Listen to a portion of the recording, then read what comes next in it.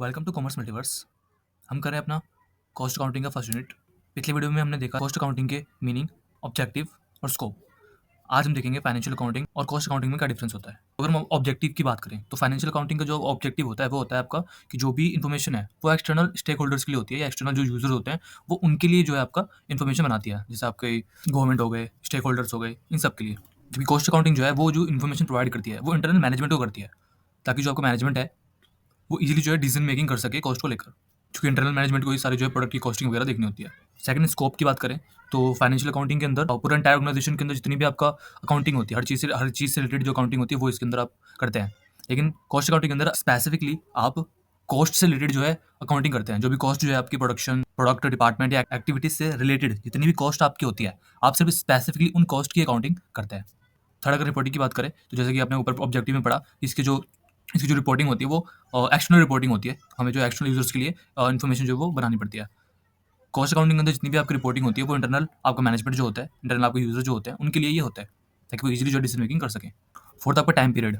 तो जो आपकी फाइनेंशियल अकाउंटिंग होती है उसकी जो उसको प्रिपेयर फाइनेंशियल अकाउंटिंग को प्रिपेयर करने के लिए जो आपको पीरियड होता है वो टिपिकली जो आपका होता है वो क्वार्टरली या एनुअली आप करते हैं। आप अपना बैलेंस शीट वगैरह, पीएनएल वगैरह जो होता है या तो क्वार्टरली बनाएंगे या अपना एनुअली बनाते हैं। लेकिन कॉस्ट अकाउंटिंग के अंदर आप जो है ऑनगोइंग अकाउंटिंग करते रहते हैं, ताकि आपको रियल टाइम पे जो डिसीजन मेकिंग लेने में जो है कॉस्ट अकाउंटिंग आपकी हेल्प कर सके। अगर हम यूजर्स की बात करें तो जो फाइनेंशियल अकाउंटिंग के यूजर्स होते हैं वो एक्सटर्नल यूजर्स होते हैं, जैसे आपने ऊपर देखा अभी, जैसे आपके इन्वेस्टर्स, क्रेडिटर्स एंड गवर्नमेंट।